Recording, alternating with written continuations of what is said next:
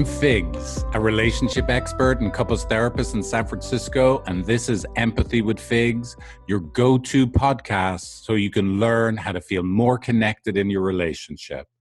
I help people stop fighting, make up quicker when they do get in fights, and then communicate better and snuggle each other after having a yucky disconnected moment. In today's show, we're going to talk all about the different emotional bonding styles, or what's scientifically known as attachment styles.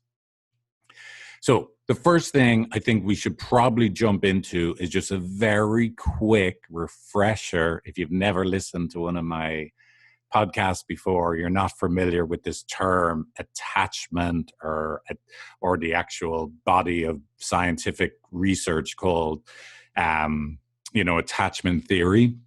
So attachment theory is the best theory we have of what love is. And in short, love is an emotional bond. We need to be emotionally bonded with another human being from our first day on earth to our very last day, right? It's not optional. It's just part of our biology.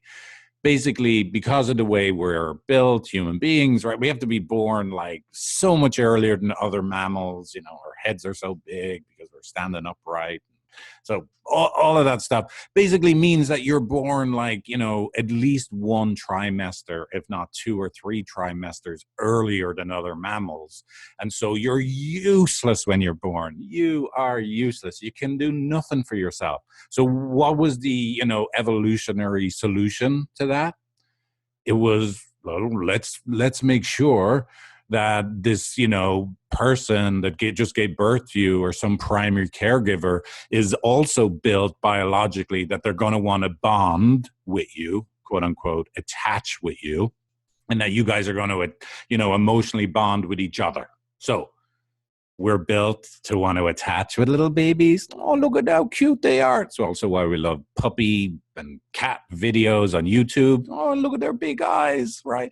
But anyway, so we're built to want to bond, right, with babies. And also as a baby, we're built to know, yes, I know you're not a baby right now if you're listening to this, but you're still a baby inside when it comes to love.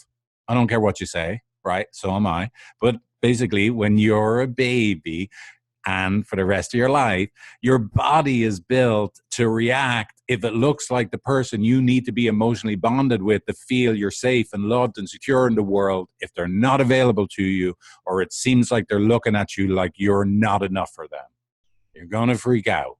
It's going to hurt, right? Now that is the essence of what love is. Love, connection, emotional bonding is so important. It's going to hurt when it's not there. And what attachment styles are all about are the way you respond and react when that bonding that you need so much, because you're a human being, is not there for you.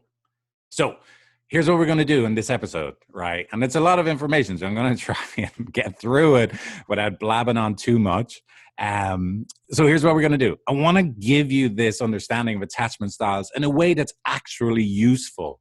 Part of what drives me crazy in the books about attachment styles and when experts talk about it is usually the information gets disseminated in a way that then helps people categorize themselves, pathologize themselves, basically make themselves wrong or bad, or, oh, look, I just found out what's wrong with me in love and relationship. When the whole point of using this information, from my opinion, from my perspective, is that you can learn how to love yourself and love other people and see that everybody in the world actually makes sense in matters of love and relationship and how they interact with all human beings on the planet. You make sense, your partner makes sense, and all the people around you actually make sense. So come here, if you use this information you're going to learn in this podcast today as a way to beat yourself up, judge other people,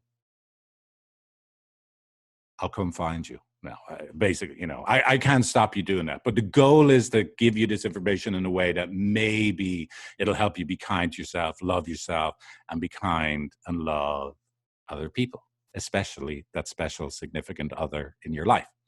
So, so here's what I'm going to do. I want to try before we actually get into naming the attachment styles, right?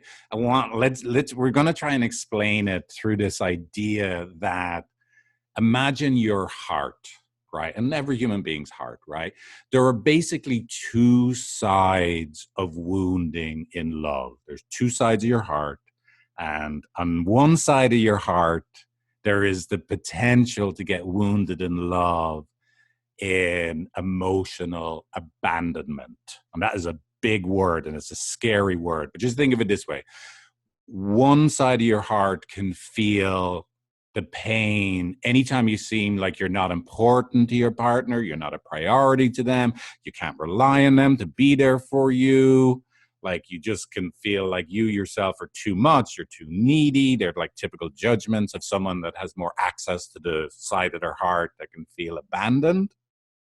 And then the other side of your heart that can feel wounded in love is the side that can feel rejection. Now, rejection's kind of a big word too, right? In terms of its emotional impact. I don't mean that in an insulting way. It's a big word. But like, so on that side of your heart, right, you can feel the pain of not being good enough for your partner. You can feel like, oh no, I'm a disappointment to them again. Or geez, am I going to do something that I'm going to be in trouble again. Oh, it looks to me they're unhappy with something. Oh no, right? So the people that have more access to the wounding on this side of the heart where they can feel rejected can often feel like they're not enough deep down inside, even if they don't have conscious access to it. And they just don't want to be in trouble. This is kind of something, you know, that expression, and I do not like this expression, so I'm not endorsing it, right? Happy wife, happy life, right? Someone that actually believes in that expression, right? They probably have more wounding or more access to the wounding of the side of the heart, where they can feel more rejection. So I want you to remember those two sides of wounding in love: the ability to feel abandoned and the ability to feel rejected. Ow. Because you're a human being, you actually do have to have the ability to feel abandoned and rejected. If you didn't have it, right, there'd be something actually biologically wrong. So this is the whole point. Don't be judging yourself if you ever feel the pain of feeling abandoned and loved, like you're not a priority to your partner. And don't be judging yourself if you ever feel like you're not enough or you feel rejected. It's like biologically essential that you can feel those things, right? Otherwise, like, you'd be in big trouble. A big part of your mechanism to make sure that you stay alive, that you survive, would actually be broken. So remember the two sides. You can feel abandoned, you can feel rejected. Okay. So here's the thing. Depending on which side of wounding you have more access to, are you more likely to feel abandoned? Are you more likely to feel rejected in moments of disconnection in relationship? Your body, your organism is sending out what I like to call sentinels. And I always, because I think of the Matrix. Remember like those little like sentinels looking for Neo and Morpheus in those, I don't even know what the hell those mad tubes were that they were flying around in. But anyway, so your body is going to be sending out these sentinels, right? And if you got more access to the abandoned side of your heart, like I really need to know I'm a priority, that I'm special to you, the entire time, even if you're not consciously doing it, your body's going to be asking of your partner, are you there for me? Am I a priority to you? What about now? And if ever the sentinel comes back with the message, alert, alert, it looks like the answer is no, they're not there for you, you can't rely on them, you're not a priority, you're biologically going to react. Your limbic system is going to flip out, your amygdala and hypothalamus, your brainstem is going to get all threatened, and you're going to protest, right? And then the same is true if you have more access to the rejected side, right? That you're going to send out the sentinel all the time. Your body's sending out like these feelers just going, are you happy with me now? Is everything okay? I'm not in trouble, right? Like, you're just constantly sending it out, consciously or unconsciously. So with that, we get to what are the four main attachment styles, emotional bonding styles, as I like to call them. So the first one I'll talk about is like when you have more access to the pain of feeling abandoned in love, it's technically called anxiously attached, right? Or in emotionally focused therapy, which I'm a certified emotionally focused therapist, and I'm biased obviously, but I think it is the best way to help couples feel more connected. We call someone that is more anxiously attached the emotional pursuer. And in the empathy quiz that I created, we actually call the person that has more access to feeling abandoned or feeling like they're not a priority to their partner, we call them the relentless lover. So if you're anxiously attached or you're a relentless lover, yeah, you have more of this pain whenever you feel like you're not a priority, and you're going to react, right? And the chances are, you might do this, but the chances are you probably react by doing some version of blaming and complaining, right? So the second one, right, if you've got more access to the side of your heart that can feel rejected, technically that's called avoidantly attached. And an emotionally focused couples therapy, we would call that person in a relationship the emotional withdrawer. And in the empathy quiz, if you have taken or will take the empathy quiz, we call the person that in relationship that has more access to the pain of feeling rejected, we call that person the reluctant lover. And again, so someone that's more access to feeling avoidantly attached or is the reluctant lover, they will probably react to moments of disconnection by, as avoidant would suggest, or reluctant lover would suggest, they will pull away, shut down, get defensive, when really the only reason they're doing it, that's just the way they protest, when they're disconnected. So they're the two, right? Like, of those two sides of the heart. And then the other two of the four are just matters of the degree of the amount of wounding you have on the anxious and avoidant sides of your heart. So securely attached refers to this group of people that exist in the world somewhere, right, that actually don't feel a tremendous amount of pain of feeling abandoned. And even if they did feel it, even if they did feel like I'm not a priority to my partner, or I feel like I'm not cared about, they can recover very quickly and get back into connection. You could say that the job that I do in my office with couples is I help people go from feeling anxiously attached or avoidantly attached to feeling securely attached with each other, so that they do still get in fights, but they're able to recognize it's happening, repair the disconnection, and then get back into yummy, scrumptious, snuggly, securely attached connection with each other again. And then, like I said, the last one, it was like a matter of degree. It's very similar to securely attached in that the person has, if you are what's called disorganized attachment, right? If you have disorganized attachment, it basically means you have almost the same, you have equal access to the pain of feeling abandoned, the pain of feeling abandoned and the pain of feeling rejected. But where securely attached is, you just have a little bit of both. Disorganized attachment is you have a lot of both. So you can feel the pain easily of feeling, I'm just not a priority to my partner. Where are you? Why aren't you there for me? But then you can also, your partner, let's say your partner like realizes it and like goes like, oh, damn, I totally get it. Can I try and make up? Can I give you a hug? And then you're like, no, I don't want you to hug me. And then you pull away. right? So it's really confusing. If you're disorganized, you have disorganized attachment. Like on the one hand, you're still really, really longing for closeness because you can feel a lot of pain inside when you're not a priority or you don't feel cared for by your partner.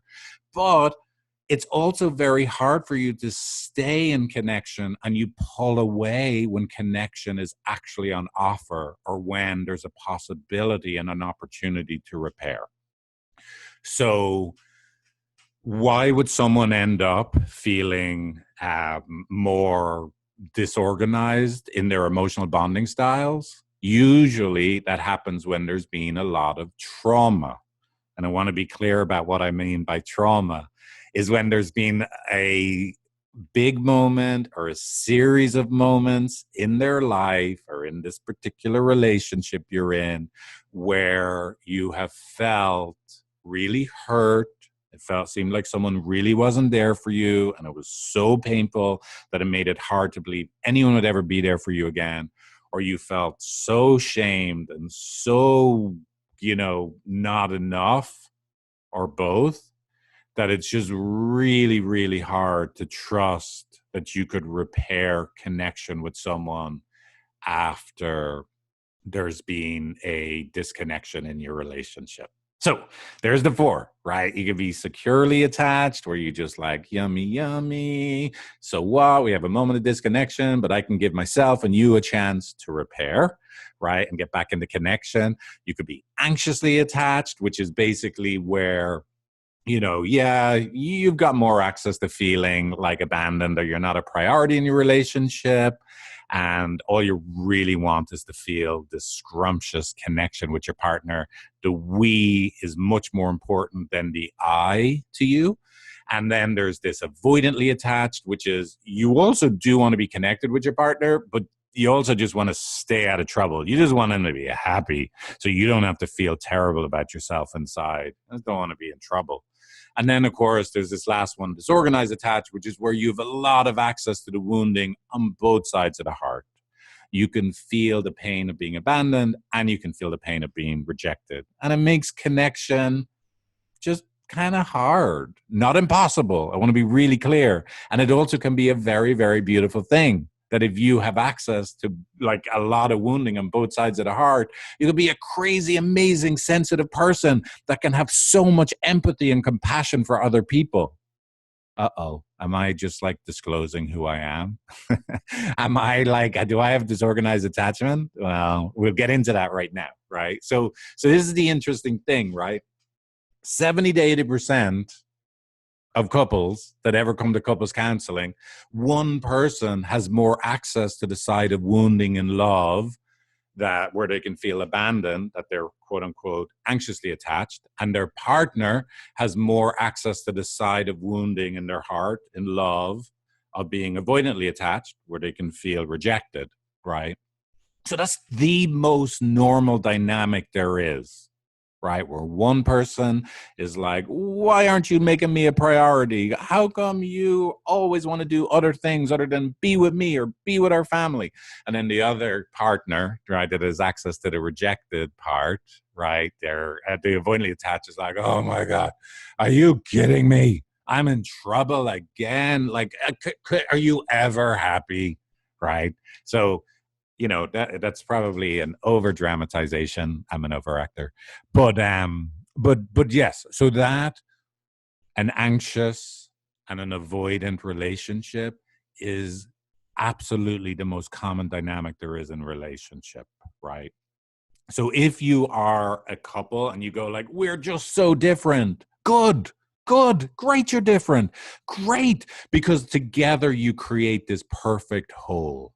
Together you provide balance, but you do need to have the right lens, and that's what this show is all about, to be able to make sense of those moments of disconnection so you can see the only reason that you're hurting and protesting is because you mean so much to each other. Okay, so look, as I alluded to, like, am I disorganized? Do I have a disorganized attachment style, or am I securely attached? Right? It's interesting, right? So in my relationship with my wife, Teale, we actually call our own relationship dynamic, we call our relationship the dueling Geminis, like, like swords at dawn, dueling. Um, and the reason we call it that is because a lot of times a fight will start off, or I'll start off being more the anxiously attached one, that I'm feeling like, why aren't you there for me? And I'll be a little blamey and complainy. And she'll feel really bad inside, like she's let me down, and she'll be more avoidant, right? But then I see that she's avoidant and she's hurting, and then I feel terrible about myself. And then so I flip then to the more avoidant part, right? And so then I shut down and I'm unavailable because I'm feeling terrible that I've, hurt her feelings by being all complainy pants that I can do. And then she sees me shut down, and now she's got more access to the abandoned part, right? The anxious part. And now she starts coming towards me and all like, where are you? Where are you? Where'd you go? Where'd you go? And so that's what we, both my wife and I, have a lot of access to both sides of the wounding in love. So because of the amount of work I've done and she's done, and that this is what I do all day long, I have transformed all of that wounding inside of my heart. And I want to be clear when I say transformed. I don't mean I fixed it. I don't mean it's gone away, but I've transformed the places inside me that feel abandoned and the places inside me that feel rejected into empathy and compassion for myself, for my wife, for you, for your partner, and for everybody walking around the streets, right? Because we're all the same. We all have these feelings, this pain inside us because we're human beings. But let me be very, very clear. I'm not perfect, right? Obviously, hello, right? But I still have moments where I get reactive and become Mr. Blamey Pants, or I get reactive and I become Mr. Shutdown, unemotional, avoidant rock face. But I eventually recover and I come back to see like, it was just because I was hurting because I felt like you weren't there if I was being Mr. Blamey Pants. Or I recover when I become like, stone, still face, rock face man and all shut down. And I'm able to re-engage with Teale, my wife, and tell her, look, I just shut down. I wasn't available because I just hurting so much when it seems like I've hurt your feelings and I don't know what to do to make it better. So, are we secure or disorganized? What I would say to you is don't worry about it. I wanted to explain these attachment styles to you so that you can have a better understanding in general of the human condition. You're human. If you have moments of feeling abandoned or you're not important enough to your partner, don't you dare call yourself needy. If I ever hear you say that about yourself, I'll get over there right now and I'll give you some fierce love to help you love that part of yourself up. That's the best part of who you are that can hurt so much because your relationship and your partner means that much to you. And if you ever feel rejected and feel like there's something wrong with you and you never get it right and you're just not enough for your partner, you are not weak. That is a beautiful part of you. Your relationship means that much to you, that's how much you're hurting inside. So please use this knowledge and information about emotional bonding styles, attachment styles, right? To love yourself, love your partner, love and attend to your relationship, and then see all the other crazy stuff you see everyone else do in the world as just, how would you look at that person shouting and roaring on the street corner? Sure, they're only doing that because they're hurting inside because they don't feel connected to that person they're shouting at. Or look at that person shut down and they're totally ignoring their partner. God bless them. They're only shut down because like it really, really hurts them to feel like they're a disappointment to their partner. There's nothing else fundamentally going on. All the other stories you can come up with, don't get distracted by it. Ultimately, the only thing you can rely on is biology. Everything else is an illusion. And what's happening on the level of our biology? You've gotten threatened when you're disconnected. And that's the only reason you and your partner and everyone else is protesting and acting out in ways that look kind of not very helpful. So don't judge yourself. Please don't judge your partner. And don't be going around labeling yourself as anxiously attached or avoidantly attached or disorganized attachment. Or even, like, to be honest, it's not even good if saying, like, oh, I'm securely attached, right? Because I always worry about people that don't realize or have access to the ways they're imperfect, the ways they are hurting and wounded in love. Because actually, the thing that makes love work is your ability to show your partner, hey, when we're disconnected, it hurts. I do feel a twinge of abandonment when you're not here. It seems like I'm not that important to you. Or I do actually feel bad about myself. I do shut down because it's so painful when it looks like you're upset with me. Hey, your ability to feel those things are what actually tells your partner that you love them. So don't be judging yourself or other people for feeling those feelings. That's the whole key to love, that you do feel it and you share it with each other. So again, do not use this information to pathologize yourself. You're lovable. Your partner's lovable. In fact, the way you hurt is the best part of who you are. So remember, the part of you that needs love the most is not a weak or needy part. It's totally normal and human to long for love, to feel bad in moments of disconnection. So go love yourself, be kind to yourself, be kind to your partner, be kind and love all of those special people in your life because they have raw spots, sensitive spots inside, just like you do. Thanks for listening. I'm Figs, and this is Empathy with Figs, and there'll be a new show next week. Find me on social media. You can subscribe to this podcast, or if you're watching it on YouTube or Facebook, subscribe to YouTube, like my Facebook page. And thanks. Till next time.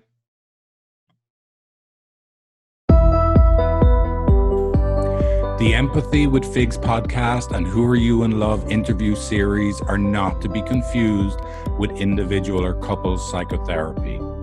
In this podcast, I provide coaching and content for informational and entertainment purposes only. Listening or watching this podcast cannot replace the specialized training and professional judgment of a mental health care provider. If you are experiencing a medical or psychiatric emergency, please call 911 or reach out to your medical doctor.